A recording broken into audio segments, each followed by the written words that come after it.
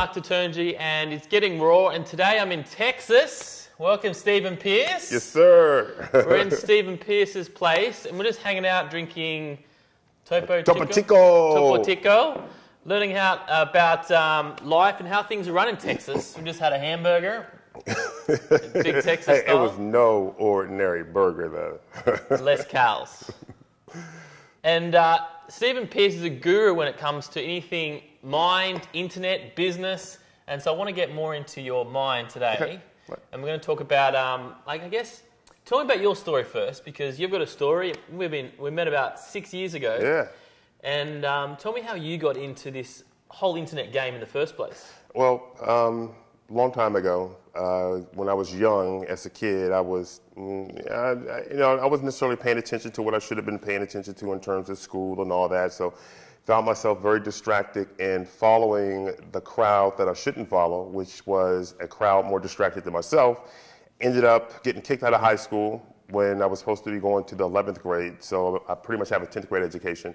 And out of school, being kicked out of school, I had a lot of free time on my hand. I ended up hanging out with the wrong crowd of people, started getting into gang stuff, selling drugs. I kind of got pretty good at doing that. And I was an expert at it. Yeah. I excelled at the wrong thing at the time, right? So what happened was I was in Washington, D.C. at the time. And we moved to Greensboro, North Carolina. Well, I did. And it was out in Greensboro, North Carolina that I started to have even more success. But it was out in Greensboro that I got shot.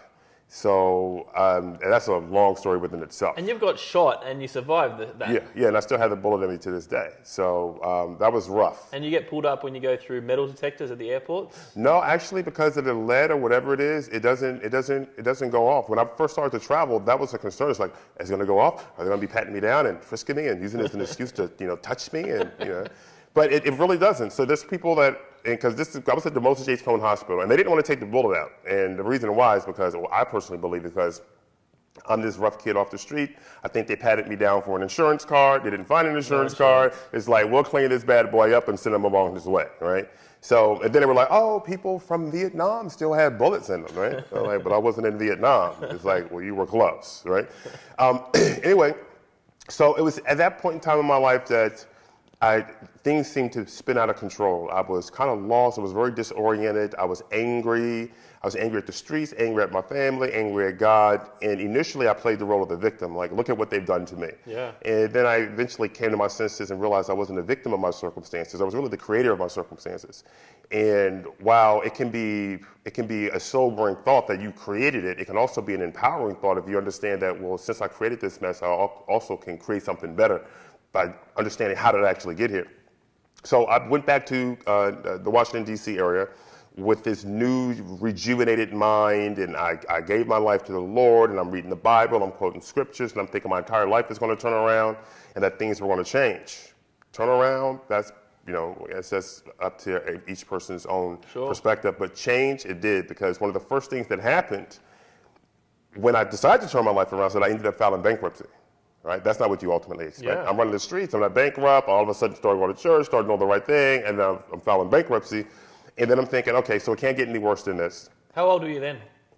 I was late teens. Late teens. Late teens, okay. Yep. And what happened after that is I'm like, okay, it can't get really any worse than this. By this time, I moved from D.C. over into Montgomery County, Maryland. I'm out in Gaithersburg, Maryland. And then I ended up being homeless. I pretty much lost everything while I was out there. And now, I'm literally like by myself. And I remember Rockville Pike, and I met a guy named Fred Burns, who I communicated a couple of times with on Facebook. He owned a mortgage company, and he let me sleep on the floor of an empty space in this mortgage company that he had. He would never let me go to his house, which I kind of understood after the fact. But back then, I'm like, I'm not good enough for your house? Yeah.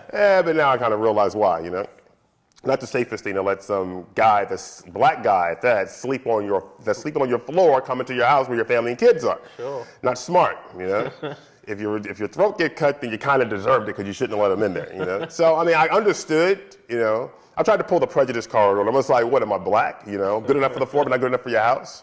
Because he was a very, very kind white guy. But anyway, it was at that point that, him and I created a really good relationship, slept on the floor. I had a lot of time on my hand, obviously. He brought this little television in with some rabbit ears, and I got like 5 stations. Only 5? Well, I got Monday Night Football at that time, so that was a really big thing for me. Everything was about Monday Night Football. It was Monday Night Football that I was able to get. I would get some of the games on the weekend, on Sunday. But I took that time, and during that period of time, somebody gave me a book called The Sugar Strategy by Ken Roberts, he's an old school commodities trader. And from there, I became fascinated with the futures and commodities markets, and it opened up my mind to this whole world that I didn't even know existed. Now, it's not like I had money to trade the markets back then, but man, I was completely just consumed with this information. I used this internet and computers and would go online and just find stuff that I can find on futures and commodities that went beyond the Sugar Strategy book. And next thing you know, I am so consumed with the futures and commodities markets, I became very good. I looked at charts pretty much all day long. Right. So I became pretty good at being able to pick the short-term direction of the markets. And I found these news groups, which were the earliest forms of social media. People think social media started with like blogs and all this. No. Forums are a form of social media because it's where people gather and have conversations. But the earliest forms of social media were these horrendous news groups that you would go in and they were just completely disorganized. I mean, you would just hunt to try to find things in conversations. But it was early forms of social media. On the internet? Huh? On the internet? Yeah, on the internet. So I found a news group where these futures and commodities traders were going. I was posting some of my trades there, and long story short, very long story short, my trades were performing better than most of the paid advisory services that these traders were subscribing to. Whoa. So I developed a pretty good name for myself out there. People started saying, hey, can you email these to us? Sure. You know, can you put them on a website? I didn't know how to do all of that. That prompted me to go in to figure out, well, how do you put up a website? Right. How do you email this stuff to people? And then next thing you know, I put together this crummy looking website. It was horrible. I had a list of just over 1,200 email addresses. I didn't have names because back then, the little free scripts you can get, they didn't even let you collect the names, just the email address. Yep. So I had just over 1,200 people. And January 1st, 2000 is when I decided I was going to actually start an official business. And the reason why is because a guy that was on the list emailed me and said, can I pay you to teach me how to pick trades the way you're picking trades? And long story short, I had all these self-esteem issues back then. But the guy eventually paid me $5,000 to learn how to pick trades the way I was doing it. And at the time, while I was keeping a record of my trades, paper trades, I didn't calculate everything. But over a 12-month period of time, which gives you an idea how long I was doing this for free, I had produced on paper just over $725,000 in net profits. Whoa. In extremely volatile futures and commodities markets. That was pretty much unheard of. I had like an 80% success rate on my trades. And this is minus all the losing trades. Yeah. All right. And I would calculate the cost of trades, so the cost of round turns as well. So I was like, well, you know what? I don't want to have a bunch of people paying me $5,000 to teach them how to do it. I wasn't really comfortable with that. But I was already putting out like 30, 35 trades a week. Yep. So I decided to turn it into a service. January 1st, 2000, when most people were thinking about the Y2K bug and the economy was tanking. And the internet was just beginning. It was just beginning, and the tech bubble had burst, and all these overvaluated companies that had these outrageous valuations but no revenue started to just tumble. And back then, during that time, buying stocks was like trying to catch falling knives. It was like a horrible environment. But I started my business. My first 2 weeks, I did over $35,000. In my first 12 months, I did over $500,000 in business. Oh. And at that point, I realized it was the best business in the world. And that began what even continues to this day to be a pretty interesting journey. It's an amazing journey. Yeah, it's an interesting journey. And then you've been teaching this and giving this teaching and education to everybody around the world now. Yep, I've probably spoken to in live audiences over 1 million people. In total, over the years that I've been doing this, literally around the world. And I have tons and tons of content that I've created and given to people and helped a lot of other people become successful in their businesses and build corporations and all that. And that was a result of success I was having because I was in the futures and commodities market. I was doing extremely well. And I went to my competitors and I helped them to sell more of their product. And I helped them to sell more of their product. And then they started selling my product, and then they started giving me all these testimonials. Right. And what happened was, I was like, okay, I'm doing really well, I'm making a lot of money, and I want to grow this. So the stuff that I don't know.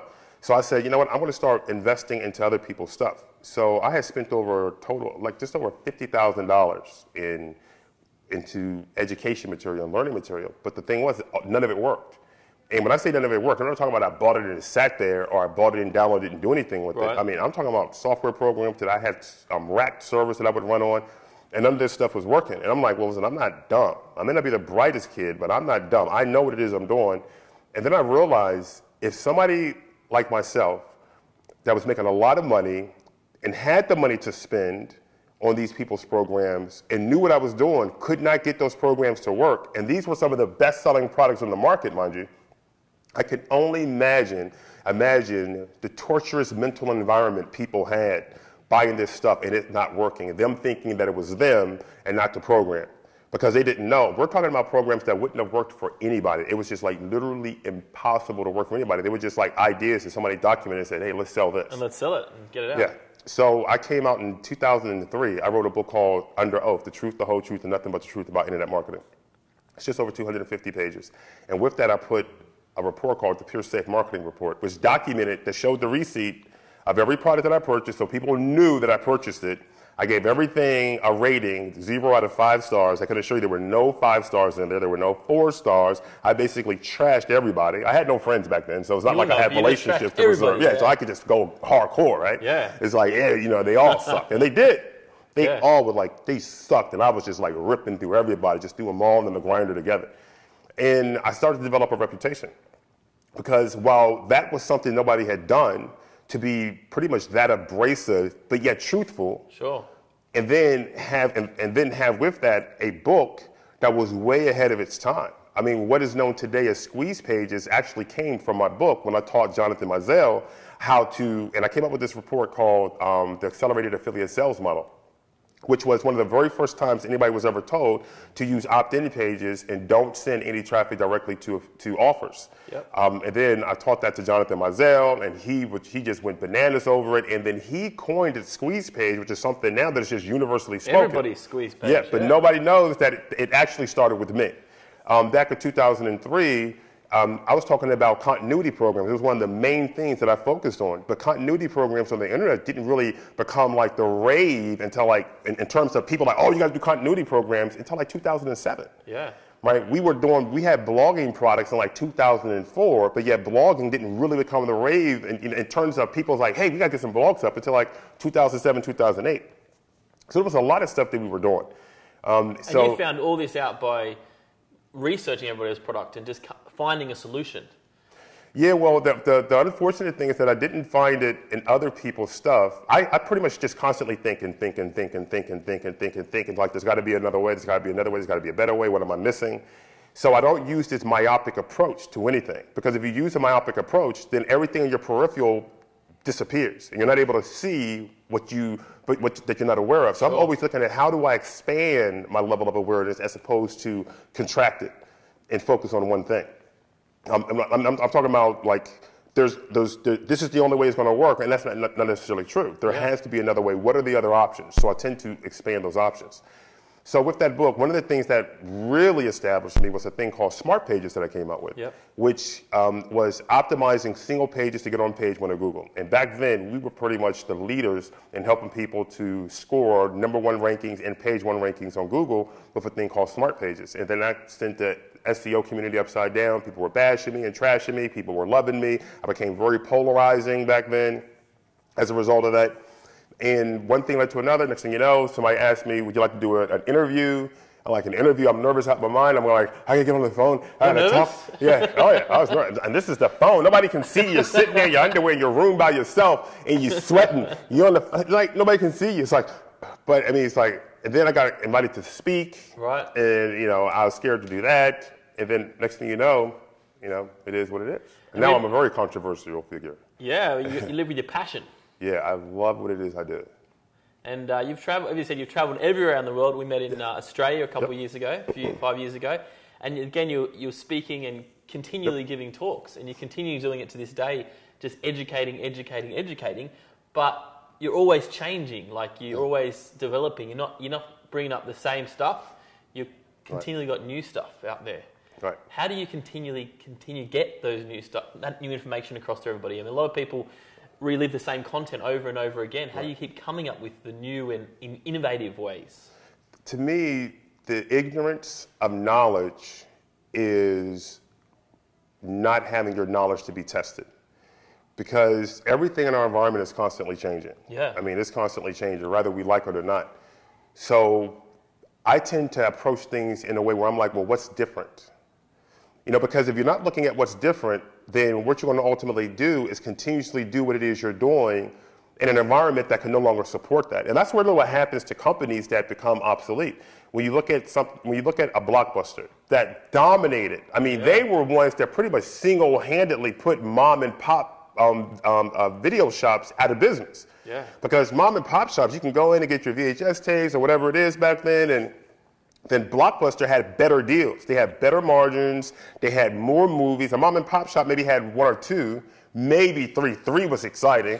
But then Blockbuster would have like 1,000 of them on the shelf. Yeah. So they literally put them out of business. Their model was so successful, it became a straitjacket. And by that, what I mean is they did not try to look at, okay, what's changing in our environment? And the environment changed on them, so what they missed is what caused them to be caught in the pincers between Netflix and Redbox. And then notice they tried to do a Redflix. They tried to play catch up. They tried to do a model like Netflix, and it didn't work. And then they tried to do something like Redbox, and it didn't work. And then they missed the whole move to online streaming video, so that's why they're not Hula, and they don't have the deals with iTunes. It's just like the music industry. They're now a slave to iTunes. They're a slave to Rhapsody. They're a slave to Napster. In fact, when Napster, his name Sean Fanigan, when they came out, the music industry attacked the guy in his network saying, let's sue him, let's put him out of business. He's doing music sharing. They didn't stop and think and say, wait a second. Let's not sue the guy. Let's buy everything, hire him, and figure out where this whole thing is going with digital music and music sharing so that we can own that space. And they fought him and fought him and fought him. And while they were fighting them, the environment was changing. And now they have to make deals because look at their CD sales. Gone. But the amazing thing is, you would think that an industry like that would have seen the transitions. Think about it. 8-track tapes, reel-to-reel, cassette tapes, LPs. Yeah. That market has constantly changed. So how is it they couldn't see that the CD was going to go make a move to like the MP3? And the movie industry seeing that this stuff is going to start streaming online.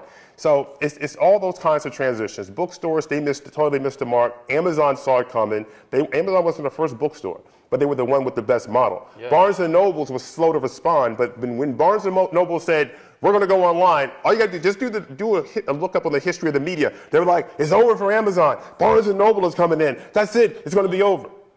Well, even to this day, Amazon owns 80% of all online book buying. Barnes & Noble's not even close. Not even a footnote. Yeah. Because they waited too long. Think about stock trading online. Why wasn't it Charles Schwab? Or some of those companies that were like, you know, they had like billions of dollars. They had the market cornered, which are traditional traders and stock investors and futures investors, but it was an E-Trade. You know, it was all these other companies that came out of nowhere that did it. And the reason why is because success can cause blindness. And it can cause you to get comfortable. You have a certain level of success, and what you try to do is to extend what was instead of try to create what can be. I like that. Now, and one thing, if you think about Microsoft, a long time ago, they had some issues. Because a long time ago, even Bill Gates said that the internet was a passing fancy, which he was wrong. And he admitted he was wrong. Yeah. And then he had to take this huge behemoth called Microsoft and turn it into this internet-based company, which they did. But if you look at their model, and you look at the model of the video games, and you look at the model of Apple, you see basically the typical S-curve. The S-curve is a representation of the life cycle of everything, of humans, of plant life, of animal life, of businesses, of products, where everything is birth, is introduction, is growth, is maturity, and then it's decline. It happens for everybody. Up and down. Yeah, it's like this. It's the S-curve. Now, what happens is during the growth period, most people are celebrating. Yeah. But companies that are mature and they understand cycles, they are already looking to cannibalize their existing product. That's why there isn't just one iPhone and yet there's another phone coming out. There isn't just one iPad. There isn't just one iPod. There isn't just one version. Can you imagine if everybody was still trying to run Windows 97?